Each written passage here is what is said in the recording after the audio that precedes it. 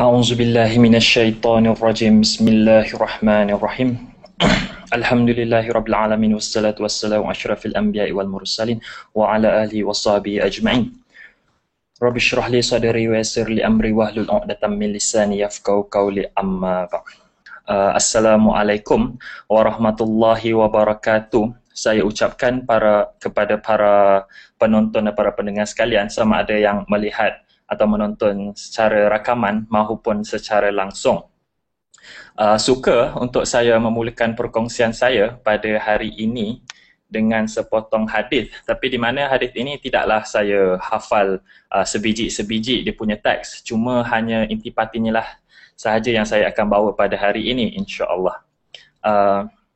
Hadis ini berbunyi, terdapat suatu kaum ataupun suatu golongan lah di akhir zaman di mana mereka ini banyak mengucapkan perkataan-perkataan yang baik, kiranya macam memberi hujah-hujah yang bernas, pendapat-pendapat yang menarik kan, memberi, kiranya memang cakap benda-benda yang baik lah.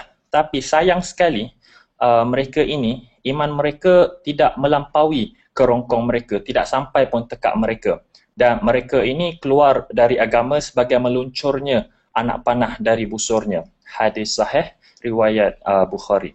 So, apa yang nak disampaikan oleh hadis ini, sebenarnya hadis ini sebagai peringatan kepada diri sendiri dan juga kepada rakan-rakan lah, kerana dalam kita berkongsi ilmu, dalam kita memberikan pendapat kita, dalam kita memberikan nasihat dan sebagainya, perlu kita ingat, perlu kita sedari, kita juga mempunyai kewajipan untuk mengamalkan apa yang kita sampaikan. So kiranya secara ringkasnya kita perlu walk the talk lah kan, supaya kita tidak tergolong dalam golongan yang disebutkan dalam hadis sebentar tadi.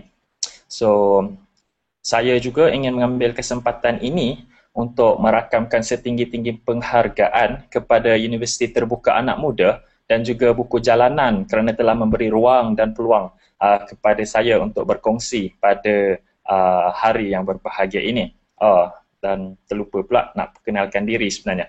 Nama diberi Nur Hazmi bin Nur Hazin, pelajar jurusan Kewangan dan Ekonomi, insya-Allah pelajar tahun kedua, masuk next sem, insya-Allah tahun kedua lah, di Pennsylvania State University. So memang sekarang tengah sama lah. Sekarang ni di Penn State 11 malam kan. So betapa dahsyatnya sama, 11 malam pun tengah duk siang matahari duk mencarak lagi kan. Tapi jangan tertipu kerana nama je pelajar Penn State, tapi saya bukan di Penn State lah sebenarnya. Saya balik Malaysia cuti sama. So yang belakangnya lawa ni sebenarnya kat Malaysia lah, tanah air yang tercinta. Okey, saya rasa sekadar itulah untuk pengenalan diri kot. Tak perlulah panjang-panjang kerana tak penting sangat pun diri ini. Lebih baik kita berbicara mengenai biodata pengarang pengarang buku yang ingin kita bedah pada hari ini. Namanya ialah Yasmin Mogahed. Yasmin Mogahed. Mungkin ada sesetengah dari kita mungkin tersalah sebut kan. Ada mungkin ramai juga yang menyebut sebagai Yasmin Mogahed kan. Tapi tidak, cara sebutan yang betulnya Yasmin Mogahed kerana this is actually an Egyptian name. So memang kalau siapa yang belajar Arab 001 tu, diorang huruf Arab ni tak degar sebenarnya. So memang cara sebutan yang betulnya Yasmin Mogahed lah kan. Beliau mendapatkan ijazahnya dalam bidang psikologi dan master dalam bidang journalism and mass communication dari University of Wisconsin Madison. Beliau juga pernah mengajar Islamic Studies dan bekerja sebagai seorang instruktor di Cardinal Stretch University.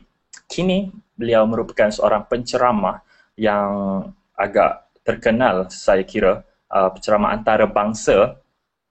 Beliau juga pernah memberi ceramah di RIS, iaitu Revival Islamic Spirit di Kanada, dan baru-baru ini tidak silap saya, beliau juga pernah menjejakkan kaki di bumi Malaysia, memberi ceramah di Universiti Islam Antarabangsa Malaysia beberapa bulan yang lalu, tak silap saya. Dan selain itu, beliau juga merupakan instruktor di New Dawn Institute dan juga penulis untuk Huffington Post. Selesai sudah serba sedikit saya kira pengarang buku yang ingin kita mengenai sedikit biodata pengarang buku yang ingin kita bedah pada hari ini. So lebih moleklah kita teruskan perbincangan terus kepada buku yang ingin kita bedah pada hari ini. So bukunya ialah Reclaim Your Heart, buku berwarna kuning ini kan. Dia punya cover pun agak cantik molek. Dah boleh menarik minat sesetengah orang kan. Buku ini dikarang oleh Yasmin Mogahed sendiri dan diterbitkan pada tahun 2012 oleh FB Publishing House. Sebentar ya. Okay. Sorry. Okay. Diterbitkan oleh FB Publishing House pada tahun 2012 di United States of America. Dan harga buku ini saya dengar di Malaysia agak mahal, dalam lingkungan 80 ke 100 ringgit. Kan? So siapa yang ada anak pinak ke saudara mara, jiran, tetangga ke sepupu sepapat ke kawan-kawan di US sana, saya rasa baiklah anda minta tolong mereka untuk belikan, kerana saya beli buku ini pun di Amazon hanyalah berharga $11. Even kalau convert dalam Malaysia ringgit pun baru dalam 30 ke 40 ringgit. So sangat jauh perbezaan harga di situ. So bolehlah ramai-ramai yang ada di United States of America tu tolong beli borong banyak-banyak lah bagi mereka yang di Malaysia ini. So buku ini sangat nipis. Ia mempunyai 168 muka surat secara total.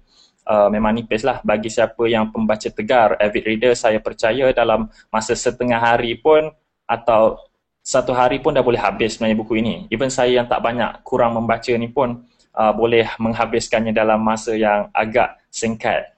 So buku ini saya rasa antara main strength dia ialah ia menggunakan bahasa-bahasa yang mudah untuk difahami, dan juga pengolahan ayat yang sangat menarik digunakan oleh pengarang dalam untuk menyampaikan isi-isinya yang sangat menyentuh kalbu dan menyentuh jiwa. So saya rasa memang strength dia di situlah, bahasanya sangat memain peranan. So buku ini mempunyai subtopik sebanyak 7, tetapi kerana because of time constraints, masa amat mencemburui kita akan fokus kepada 4 sahajalah yang utama, dan 4 ini pun saya kumpulkan di bawah satu tajuk besar, iaitu attachments atau pergantungan. So di bawah pergantungan ini kita ada cinta, kita ada kesusahan, kita ada hubungan dengan Tuhan kan. So benda-benda ini kita boleh kaitkan dengan pergantungan, insya-Allah. Dan juga pengarang juga banyak mengulang perkara yang sama. Sebenarnya isi dia exactly the same lah sebenarnya, basically memang the same, tapi cara penyampaiannya agak berbeza, menggunakan analogi dan contoh-contoh yang berbeza. So mungkin saya dapat ringkaskan lah dan bawa isi-isi itu untuk perkongsian pada hari ini. So pada hari ini, bagi yang mereka dah baca, sebagai recap lah kiranya pada hari ini untuk mereka yang dah baca. Dan mungkin saya boleh bawa saudara-saudari sekalian untuk memahami buku ini dari sisi pandang yang berbeza. Dan bagi yang belum membaca, saya rasa ini bolehlah menjadi preview atau summary. Mungkin boleh menarik minat insya-Allah para pembaca sekalian. So, saya rasa struktur perkongsian saya pada hari ini mungkin boleh saya susunkan dengan first kali saya akan bercakap mengenai punca masalah hati ini berlaku pada zaman sekarang ini. Punca dia, lepas tu kita akan go straight to masalah. Sebenarnya apa masalah hati ni kan? Apa problem masalah hati orang sekarang ni kan? Kenapa tak boleh happy sangat? Kenapa depressed dan sebagainya? Dan akhir sekali insya-Allah kita akan tunjukkanlah cara nak selesaikan mengikut apa yang telah dikemukakan oleh pengarang dalam buku Reclaim Your Heart ini. So, hari ini kita akan berbicara, of course lah, sejajar dengan topik buku ini sendiri, iaitu Reclaim Your Heart. Kita akan berbicara mengenai hearts lah, tapi tidaklah kita akan berbicara heart ini maksudnya secara literal, iaitu dalam bahasa Melayu kalau kita translate directly bermaksud jantung. Tidak, buat apa kita nak soal bercakap tentang jantung kan. Kita tinggalkan soal-soal jantung ini kepada mereka yang major dalam biologi, medik dan sebagainya. Kita hari ini akan fokuskan kepada sesuatu yang lebih subjektif kan. Kalau orang Melayu biasanya dia asosiasikan heart ini dengan hati. So hatilah yang akan kita utamakan pada hari ini insya-Allah. Hati seperti biasa kan, kita akan relate-nya dengan soal emosi lah, dengan soal perasaan. Saya nak tekankan di sini, saya rasalah, boleh saya kira agaknya emosi dan perasaan ini sebenarnya pentingnya agak sama seperti oksigen, di mana kita sebenarnya sangat-sangat bergantung. Kita sangat-sangat memang kita depend lah sangat kan. Memang emosi dan perasaan ni memberi impact yang besar, memberi kesan yang sangat besar mendalam kepada diri kita. Tetapi benda ini kita tidak boleh nampak kan. Memang kita tak boleh nampak, takkanlah kalau kita marah ke tiba-tiba ada lampu merah keluar sebelah. Kalau kita sedih ke apa, tak adalah awan hitam datang atas kepala kita dan sebagainya. Benda ni memang tak boleh nampak kan. Tapi dia penting. Itulah masalahnya. So, kita sebagai manusia lah, memang yang hanya mementingkan perkara-perkara material atau benda yang boleh kita nampak secara kasar. Benda-benda seperti emosi dan perasaan yang tak boleh nampak ini, ia secara tidak langsung menjadi kurang penting kalau nak dibandingkan dengan perkara-perkara lain seperti politik, matematik, sains dan sebagainya. Bahkan kalau saya boleh tekankan juga, kita juga tidak diajar subjek-subjek ini secara khusus. Maksud saya di bangku persekolahan dulu tak adalah cikgu kita ajaran kalau kita putus harapan ke, kita kecewa ke, break up dengan girlfriend, boyfriend ke apa step-step perlu buat kan. Mungkin ada ya, kita ada seperti pendidikan civic, pendidikan agama Islam dan sebagainya. Tapi saya rasa, ni personal opinion lah, saya tak tahu lah, mungkin anda sana pelajar-pelajar yang hebat. Tapi bagi saya, subjek-subjek ini sebenarnya dia macam easy A subject. Dia subjek yang kita rasa kita belajar hanya untuk mendapat A. Kita macam 2-3 hari sebelum periksa baru nak hafal dan sebagainya. So ia gagal untuk memberi impak yang besar dan berkesan kepada para pelajar. So saya percaya at least kepada diri saya sendirilah, kita belajar mengenai emosi dan perasaan ini semuanya dengan sendiri ataupun kita kata self-learning experience. So di situlah timbulnya masalah yang sangat memainkan peranan dalam penyakit hati ini. Sisi inilah timbul masalah apabila kita tidak dibimbing dengan ilmu-ilmu yang sepatutnya. Kita akan tend to handle these emotions dengan cara yang agak kurang sesuai kan. Kita akan handle dengan terburu-buru, rakus dan gelojoh dan tak berfikir panjangnya lagi kan. Biasalah muda-muda darah panas kan. So ada yang cuba melarikan diri dari masalah bila ada masalah kan. Ada yang kecewa, ada yang depressed sampai beberapa tahun lamanya. Ada yang cuba menyelesaikan masalah dengan kemarahan, dengan keganasan kan. So perkara-perkara yang tidak sihat seperti ini akan berlaku. Selain daripada itu, saya percaya antara punca lah kenapa penyakit hati ini semakin menular di kalangan masyarakat. Saya percaya, saya masukkan di sini, kalau kita nak lihat dalam kerangka rakyat Malaysia secara amnya, kita memang dari kecil, kita hidup berlandaskan sistem pendidikan semata-mata kan. Kita kecil-kecil mak hantar kita tadika, pergi sekolah rendah kan, lepas tu sekolah menengah kan. So kita akan first time sekolah rendah, kita fokus ke UPSR, kita fokus ke PMR, kita fokus ke SPM kan. Memang parents they are pushing their children macam pergi tuition, buat homework kan, stay up, buat soalan ramalan dan sebagainya kan. So memang kita ini diindoctrinatekan dengan sistem pendidikan itu sendiri. So masalahnya terjadi apabila kita menjadikan perkara dunia itu ataupun sistem pendidikan kerjaya sebagainya sebagai tunjang hidup kita. Bukanlah saya ini masukkan di sini pendidikan itu tidak penting. Tidak.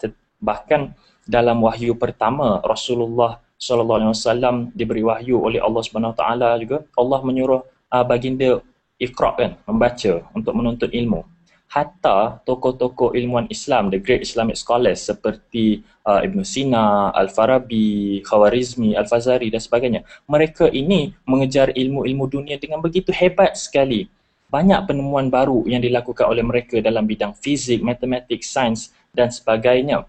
Tapi di sini apa yang membezakan kita dengan mereka adalah mereka sejak kecil telah dilengkapi dengan ilmu-ilmu Islam yang cukup strong lah, orang kata. Kira basic foundation mereka tentang Islam itu sangat-sangat kuat kan. Mereka jadikan tunjang hidup mereka itu Islam kan. Mereka telah diasuh dan dididik. Dan saya percaya kalau kita singkap biodata atau riwayat hidup ilmuwan-ilmuwan Islam ini, kita akan lihat pada usia muda, mungkin 7-9 tahun, mereka telah pun berjinak-jinak dengan Al-Quran dan hadis. So mereka ini, bila mereka telah melengkapi rohani mereka, jiwa mereka dengan ilmu-ilmu Islam yang cukup kental, barulah mereka keluar mengejar ilmu dunia. Dan kita pada hari ini pula terbalik, di mana kita menjadikan dunia itu tunjang sayangnya, dan kemudian kita selit-selitkan dengan agama-agama Islam, di mana agama itu telah menjadi ritual instead of menjadi din, the way of life pada hari ini kan. So itu serba sebanyaklah punca yang ingin saya tekankan pada hari ini, iaitu first kali tadi kita cakap di mana kita kurang diberi penekanan dalam isu-isu soal emosi dan perasaan ini kerana benda tak nampak kan. So kita anggap ia tak penting, dan kita di bangku persekolahan pun kita tak diajar, dan kita telah menggantikan tunjang hidup kita instead of Islam, instead of Allah dengan perkara dunia. So itu serba sedikit punca kenapa penyakit hati menular di kalangan masyarakat pada hari ini. So, buku yang sangat cantik lagi menarik ini, buku ini dia ditulis untuk mengajar kita bagaimana untuk mengambil kembali takhta hati kita. Reclaim your heart, to take control of your heart again kan. Bagaimana nak menyelesaikan isu patah hati, kekecewaan, stres, cinta, menonggeng, boyfriend, girlfriend, sebagainya, harapan, depression, benda-benda yang sedih, macam mana nak solve kan. So, first kali kita akan lihat dengan lebih mendalam apakah masalah hati ini sebenarnya kan. Apa problem dia? Apa yang manusia tak puas hati sangat kan? Kenapa manusia seringkali mengalami perasaan-perasaan yang sedih, depression dan sebagainya. So dalam buku ini pengarang ada menyebut, boleh saya tafsirkan, hati dalam setiap insan di atas muka bumi ini punyai kekosongan, kelopongan kan. Tak kisahlah hati saya, awak, rakan-rakan, girlfriend, boyfriend kita ke, mak bapak kita ke, hatta hati golongan-golongan ulama sekalipun, imam besar ke, semua ada this loophole ni kan. Semua ada rasa kekosongannya. Kekosongan inilah di mana ada saat-saat dalam hidup kita yang kita rasa sangat gelisah, gundah gelana kan.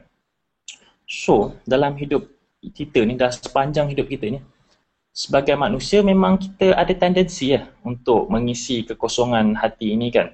Kita cuba mengisi dengan, ada certain yang workaholic, cuba isi dengan kerjaya, menyebutkan dirinya. Ada yang cuba dengan intellectual pursuit, pelajaran, dia memang obses lah dengan pelajaran ni. Orang kata kiasu lah boleh katakan kan. Ada yang cuba isi dengan keluarga, ada yang cuba isi dengan kawan-kawan, girlfriend, boyfriend, harta dan sebagainya kan.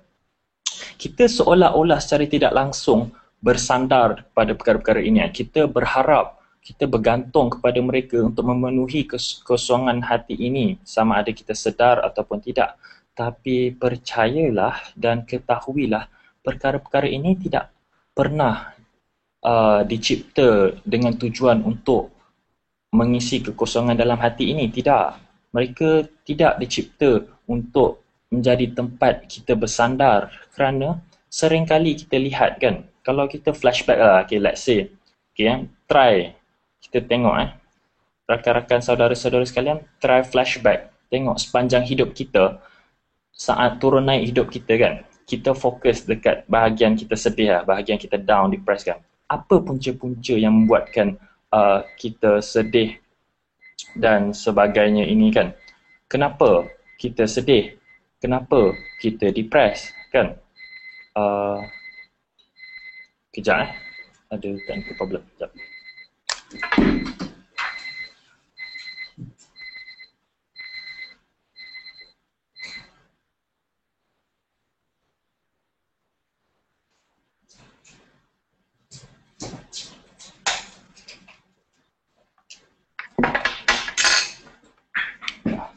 Maaf, ada gangguan teknikal sebentar. Di mana kita tadi?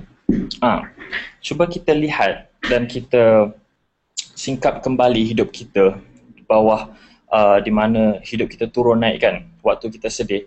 Seringkali kita lihat apa yang buatkan kita sedih adalah sesuatu benda ataupun seseorang yang kita terlalu bergantung, kita terlalu berharap, tetapi mereka tidak memenuhi expectation atau tidak memenuhi harapan yang kita ada. So kita seringkali orang kata sedih lah, kita kecewa kerana mereka ini menjatuhkan kita dari sudut emosi kan.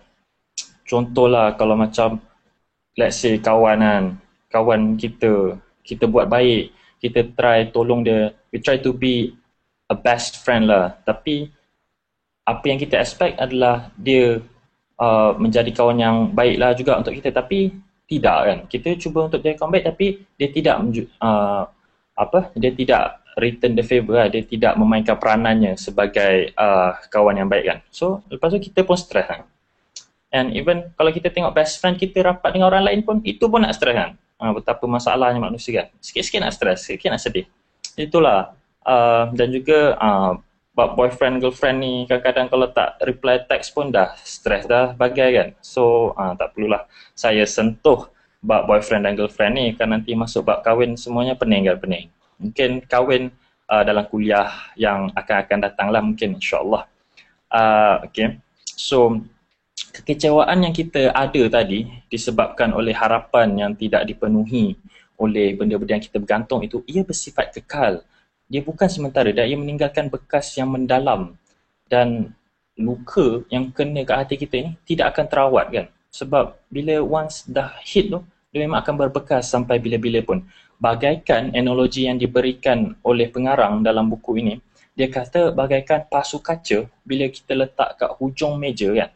Betapa cerdiknya orang ini, bila dia letak kat hujung meja, sasahlah jatuh kan. Nama pun hujung meja kan. Kenapa pandai sangat letak hujung meja kan? Kenapa? Memang tak tahulah kenapa. Tapi bila dah letak hujung meja, dia akan ada tendensi untuk jatuh. Dan bila jatuh, dia akan pecah. Dan pecahan kaca itu tidak mungkin dapat untuk dicantumkan kembali. Tapi masalahnya di sini bukanlah pada pasu tersebut kan. Masalahnya pada diri kita. Macam saya cakap tadi, kenapa cerdik sangat nak taruh dekat hujung meja kan? Sasarlah akan jatuh kan. Samalah macam kita apabila kita menggunakan perkara-perkara dunia ini untuk mengisi kekosongan hati ini. Mereka ini tidak dicipta bertujuan untuk mengisi kekosongan hati kita. So, apabila kita meletakkan sesuatu bukan di tempatnya, kita telah berlaku tidak adil pada diri kita kan. Kita telah menjadikan perkara-perkara ini, status, harta, kawan, keluarga dan sebagainya sebagai takrifan atau definisi kepada hidup, kebahagiaan dan maruah kita. So, benda ini akanlah jadi, orang kata, akan punah binasalah rohani kita disebabkan faktor-faktor ini. Dan juga antara analogi lain yang diberi oleh pengarang, apabila kita letakkan hati kita pada perkara dunia, perkara-perkara yang tidak stabil kan. Kalau kita letakkan, contohlah kalau orang yang kerja Wall Street katakan, mereka define kebahagiaan diorang sebagai kalau ekonomi baik itu dapat duit banyak-banyak kan. Tapi kita sendiri tahu, bagi siapa yang belajar business kan, business cycle, memang takkan fix, memang takkan kaya je, memang takkan ekonomi ni memang takkan cantik lah, memang dia akan turun naik kan. So kalau kita letak hati kita dekat ekonomi, contohnya, hati pun akan gundah gelana. Macam kalau tengah ekonomi baik, kita happy. Apabila ekonomi merudum, kita pun sedih kan. So, kalau kita letak kat benda yang tak fix, so kita buat akan sedih. Samalah kalau kita letakkan hati kita kepada manusia juga kan. Tak kisahlah sahabat ke, kawan ke, adik-beradik ke, ahli keluarga. Mereka ini pun punya perasaan sendiri kan. Takkanlah Ketika mereka gembira, kita gembira. Ketika mereka sedih, kita pun turut tumpang sedih. Kalau turut tumpang sedih. Kalau diorang macam stres ke apa, kita pun affected kan. So kita punya hati ni jadi tak tenang kan, gundah gelana. Kita pun tak dapatlah ketenangan hidup yang selalu dicari-cari oleh manusia itu kan. So apa yang patut kita lakukan ialah kita patut letak pada suatu benda yang kekal, yang tak bergerak, yang memang tahan selama-lamanya kan. So soalan akan muncul. Soalan akan muncul di mana kalau begitu kita nak sandar kepada apa kan? Kita nak fill in this hole, kita nak isi dengan apa? Kita nak berpegang kepada apa kan? Kita nak letakkan pergantungan kita dengan sepenuhnya kepada apa? So Allah telah menjawab soalan ini dengan cantik sekali dalam surah Al-Baqarah ayat ke-256. Allah berfirman, tidak ada paksaan dalam agama Islam kerana sesungguhnya telah nyata kebenaran Islam dari kesesatan. Oleh itu, sesiapa yang tidak percayakan tagut dan ia pula beriman kepada Allah, maka sesungguhnya ia telah berpegang kepada simpulan, iaitu tali agama Allah yang teguh dan tidak akan putus. Dan ingatlah, Allah Maha mendengar lagi Maha mengetahui. So, siapa yang dah biasa baca mak surat tiap-tiap petang, tiap-tiap subuh, yang mana yang alim-alim kat luar sana, mereka memang familiar sangatlah dengan ayat ini. Pengajaran yang kita boleh ambil daripada ayat ini, kerana Allah telah pun memberi janjinya, Allah telah pun spesifikkan, Allah telah memang cakap, pegang je lah dekat agama aku ni, nescaya tali ini tidak akan putus dan tetap kukuh selama-lamanya. Dan apa Allah cuba sampaikan ialah hanya ada satu sahaja tempat pergantungan yang kekal abadi, dan saudara-saudara ketahuilah, itulah tempat kita datang dan kembali, iaitu Allah Azza wa Jalla. So, sekarang kalau saya boleh rumuskan secara simpelnya, kita tahu masalahnya sekarang hati kita ini memang ada kekosongan dan kita perlu isi kan. Kita tak boleh isi dengan dunia. Kita perlu isi dengan agama Allah, Islam. Kita perlu isi dengan Allah kan. Hanya Allah saja yang patut berada di hati kita. Tetapi kan, masalahnya sekarang, saya percaya fact simple ini ramai tahu rasanya kan. Bagi yang siapa yang pelajar-pelajar sekolah agama seperti Syekh Abdul Malik ke, Kisas ke, kan, Mata Mahmud, mereka tahu benda-benda ni. Orang dah lama dah, mungkin dari darjah 1 pun cikgu dah ajar lah benda ni kan, mungkin. Kan, tapi kenapa kalau kita tanya mereka pun, mereka sendiri tidak boleh, mereka sendiri akan cakap mereka tidak lagi berjaya untuk meletakkan pergantungan 100% kepada Allah Azza wa Jalla. Kenapa? Kenapa even pelajar sekolah agama sendiri pun mereka tidak dapat, walaupun mereka dah tahu benda ni lama, mereka still dalam usaha untuk mendapatkan orang kata pergantungan 100% kepada Allah ini. Kerana apa? Kerana apa yang kita bicarakan ini, apa yang kita cakapkan pada hari ini, semua ini adalah perkara gaib kan.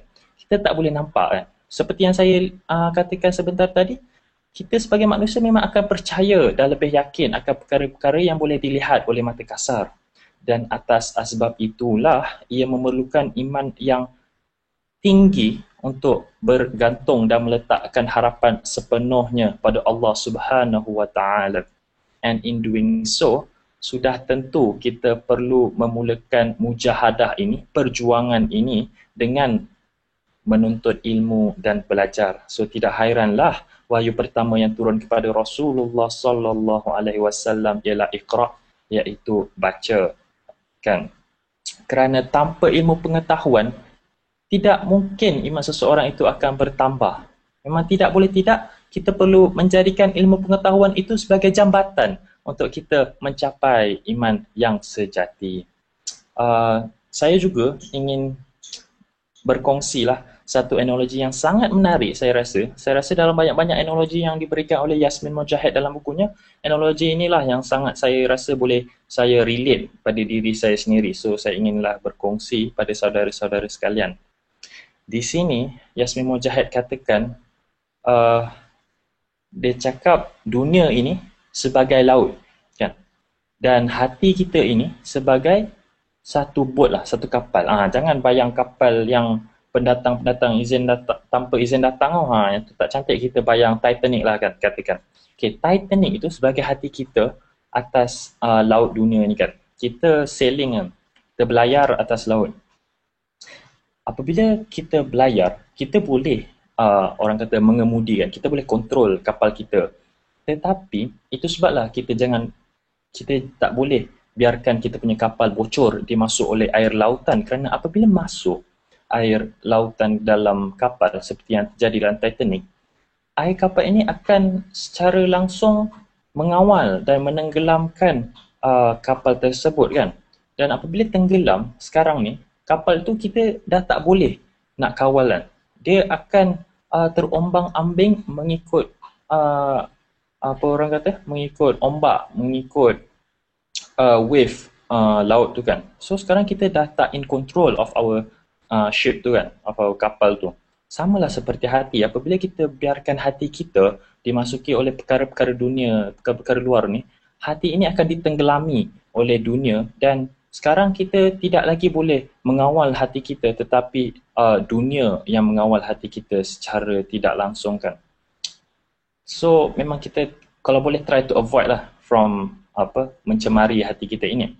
Dan apa yang lagi bertambah cantik analogi ini sebenarnya, apabila Jasmine Mujahid teruskan analogi ini, apabila kapal itu tenggelam kan, tenggelam sampai ke dasar lautan. Di dasar lautan inilah, kalau anda tengok National Geography kan, Discovery Channel ke apa, tengok yang bahagian lautan ni, memang kalau orang kata kalau dekat bottom, kat sea level tu, dasar lautan tu, memang itu kawasan paling gelap, tapi at the same time that's the most, orang kata tempat yang aman lah, yang kita boleh jumpa tranquility kan. So di dasar laut itulah boleh kita gambarkan seperti point-point dalam hidup kita yang mana kita rasa sangat low, sangat down. Tapi walaupun kita tengah depressed, kita tengah sedih, berada di dasar lautan kan, berada memang tengah state yang sangat murung lah. Tapi di sini jugalah Allah bagikan ketenangan di mana kita boleh berfikir secara waras, kita boleh muhasabah diri kembali. Dan di sinilah selalunya berlaku turning point bagi insan-insan tertentu kan. Kerana bila kita tengah down sekarang ni, kita ada kat dasar laut, kita ada dua option basically. Sama ada kita akan terus hanyut di bawah ombak laut kan, terus tenggelam dengan dunia, ataupun kita boleh kutip mutiara-mutiara yang berkualiti di dasar lautan itu dan kita berenang naik ke atas laut kembali dan survive kan.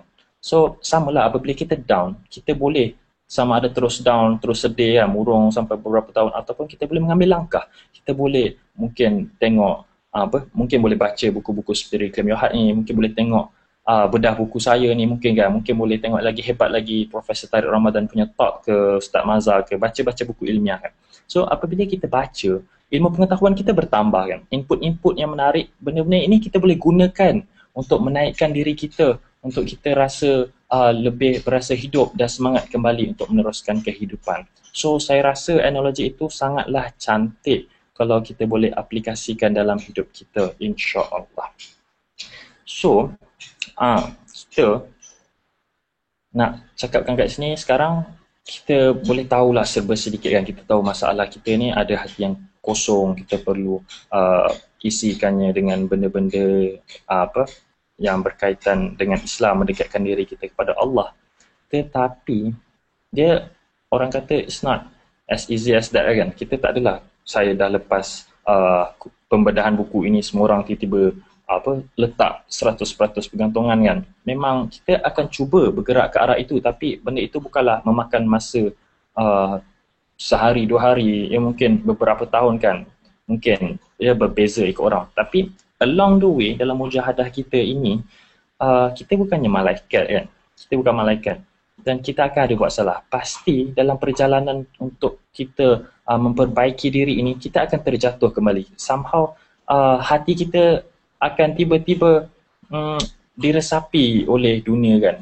Kita punya kapal Titanic tadi tu akan somehow akan bocor sedikit kan, masuk air kan. Dia memang itu kelemahan manusia. Tetapi tidaklah kelemahan itu menjadi batu penghalang untuk kita menjadi insan yang lebih baik kan. Kerana selalunya kalau kita ada penyakit hati ni kan, kekecewaan, depression semua, selalunya berlaku apabila kita, macam saya cakap tadi, kita meletakkan harapan kita pada sesuatu selain diri Allah kan, expectations, hope dan sebagainya kan. Dan apabila kita punya harapan itu tidak ditunai, di situlah kita akan rasa stres, kita akan tension kan. So bila kita ada kesakitan hati macam tu kan, itu bukanlah katanya kita ini kita ini memang teruk ke loser ke apa, tidak. Itu sebenarnya sebagai petanda di mana we need to change something kan. Kita kena mengubah something kan, because everything happens for a reason. Bukanlah Allah saja-saja bagi campakkan perasaan sedih, perasaan takut dalam diri kita. Ini saya saja kan, sajalah aku nak hukum, aku nak denda lah hamba aku ni kan, saja suka-suka. Tidak, Allah itu maha pengasih, maha penyayang kan. So saya selalu kata yang everything happens for a reason kan. Setiap benda yang terjadi itu ada hikmah, ada ibrahnya yang tersendiri. Dan berkenaan dengan topik ini pun saya ingin sekali lagi berkongsi analogi yang agak menarik yang diberikan oleh pengarang buku ini, iaitu Yasmin Mogahed, di mana kita bagi simple kan, kita relatekan dengan situasi di Malaysia lah kan. Let's say kita ada anak kan, nanti dah kahwin nanti kan, dah happy-happy ada anak. Lepas tu time umur dia 7-8 tahun kan, let's say dia nak makan Maggi ke atau Super Ring ke Chicken Dish ke apa benda yang tak sihat yang saya makan dulu kan. Benda ni kita tahu tak sihat kan, ada MSG dan sebagainya kan. Kita tahu kalau anak kita makan mungkin akan maybe gastrik perut ke, mencacatkan ketumbuhan otak ke apa kan, something kan. Kita tahu benda itu tak baik. Memang benda itu sedap kan, memang saya makan pun banyak tu sedap, tapi benda itu tak baik kan. Kalau kita dah jadi ibu bapa nanti, kita akan cuba halang anak kita daripada makan benda-benda ni semua. Dan apabila kita halang, anak-anak kita pun akan sedih kan, nangis kan, dia tak dapat apa yang kita nak. So benda ini samalah macam kita. Ada masa, ada saat, ada ketika dalam hidup kita, kita mahukan sesuatu. Kita rasakan memang benda itu sangat baiklah untuk kita kan, kita rasa. Tapi kita ni insan yang biasa, ketahuilah dan sedarilah saudara-saudara, kita punya ilmu ni sangat limited kan, berbanding dengan ilmu Allah yang tak terbatas itu kan. Allah maha mengetahui. Oleh itu, ada masa dan ketika Allah tidak memberi kita apa yang kita nak, atau Allah menarik sesuatu dari kita, bukan kerana macam kita ambil kopuk daripada anak kita. Bukanlah kita saja nak seksa anak kita kan, kita pun sayang anak kita, tetapi sebab kita sayang itulah kita tarik, sebab benda itu tak elok untuk kita. So sometimes apabila benda tak mengikut perancangan kita, bukanlah kerana kerana Allah itu zalim ke apa, kerana Allah tahu benda itu akan membawa mudarat kepada kita. Dan jangan risau dan teruslah bersangka baik kepada Allah, kerana pada masa hadapan insya-Allah Allah akan gantikan dengan perkara-perkara yang lebih baik dan bermanfaat bagi kita. So basically attachments macam itulah, dia macam kerana kita sebelum time kita jahiliah kan, kita jahil-jahil ni, kita macam saya cakap tadi, kita dah isi dah kan hati kita dengan benda-benda yang kurang sesuai ni kan, kita dah attach diri kita. So dalam usaha untuk menjernihkan kan, untuk reclaim your heart ni, Allah akan melalukan kita dalam satu liku-liku perjalanan di mana kita terpaksa detach, ataupun dalam Melayunya detach lah, saya rasa faham kot, untuk tidak bergantunglah kepada benda-benda yang saya telah sebutkan tadi. Dan dalam proses detachment itulah akan ada kita mengalami kesedihan, kita rasa kecewa, kita rasa stres kan. Tapi percaya dan yakinlah kita detach itu semua kerana kita ingin kembalikan hati kita kepada pemiliknya yang sebenar, iaitu Allah Azza wa Jal. Dan kerana itulah ada juga contoh yang diberi oleh pengarang dalam buku ini, di mana dia beri contoh rukun Islam kan. Rukun Islam, saya tahu anda semua memang hafal sangatlah rukun Islam ni. Dulu time hafal sekolah menengah hafal kan.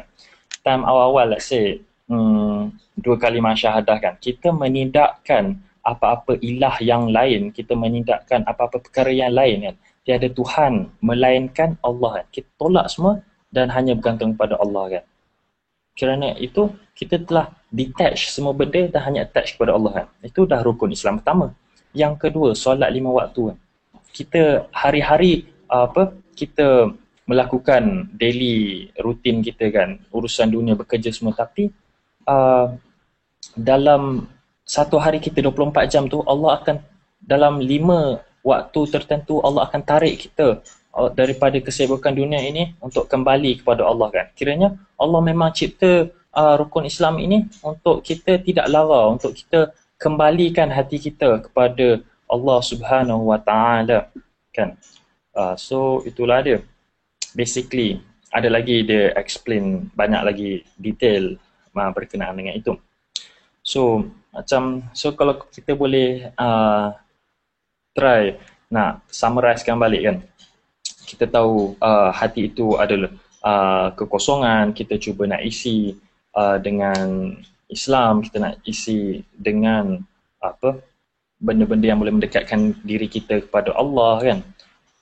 Kita nak buat benda tu. So nanti orang akan cakap lah, kalau macam tu baik jadi Tok Sami Buddha kan, duduk dalam gua tahajud kan, hari-hari tahajud dalam gua kan. Memang submit totally pada Allah kan, tak payah tengok benda lain. Tidak, bukanlah sejumut itu penerangan konsep ini sebenarnya. Sebenarnya tidak salah untuk kita mempunyai perkara-perkara dunia, tidak salah untuk kita ada kereta mewah, tidak salah kita ada baju yang cantik, tak salah kita ada rumah yang cantik, tak salah kita ada isteri yang cantik ke suami yang handsome kan, tak salah. Tapi kita jangan letak dunia itu di hati, tapi letaklah dunia itu di tangan di mana kita boleh mengawal, dan janganlah kita biarkan jangan kita biarkan dunia itu yang mengawal hati kita. Instead, kita kawallah dunia itu dengan tangan kita. Kan? So, itulah serba sedikit saya rasa perkongsian saya mengenai buku ini. Kan? Ingin saya rasanya kiranya sebagai penutup. Dah penutup dah. Itulah kot serba sedikit. Penutupnya, apa yang saya nak cuba bawakan adalah, saya berharap benda yang saya bawa hari ini, apa yang saya kongsikan hari ini, let's say saya kongsi 10 ke 20 benda, saya harap 1 atau 2 dapatlah dimanfaatkan oleh saudara-saudari sekalian kan? Dan saya rasa main point yang saya cuba nak bawa adalah kita perlulah change the way we see things kan. Kita perlu lihat dunia ini dari sisi pandang yang berbeza. Kita perlu lihat dunia ini dari perspektif yang berbeza. Kalau ada kesedihan, kemurungan ke lepas ni, janganlah kita terus hanyut dengan kesedihan itu semua kan. Kita perlu fikir, kita perlu bersifat rasional, kita perlu tahu perkara-perkara ini Allah telah tahu, Allah telah susun untuk kita kerana benda inilah yang terbaik. Kerana apa-apa pun Allah Maha mengetahui, Allah knows best kan. Kita ini sekadar manusia biasa, kita merancang, tapi Allah yang melaksanakan. So saya rasa setakat itu sahaja perkongsian saya pada hari ini kan, sebanyak dalam 44-45 minit ni. Terima kasih buat para penonton sekalian yang sudi meluangkan masa mendengar bebelan saya dan perkongsian saya pada hari ini. Alhamdulillah, semoga bermanfaat kepada semua dan juga kepada diri saya sendiri. Semua yang baik itu datang daripada Allah Subhanahu Wa Taala dan yang buruk itu datang daripada diri saya sendiri. Saya sudahi perkongsian saya pada hari ini dengan tasbih kifarah dan surat Al-Asr.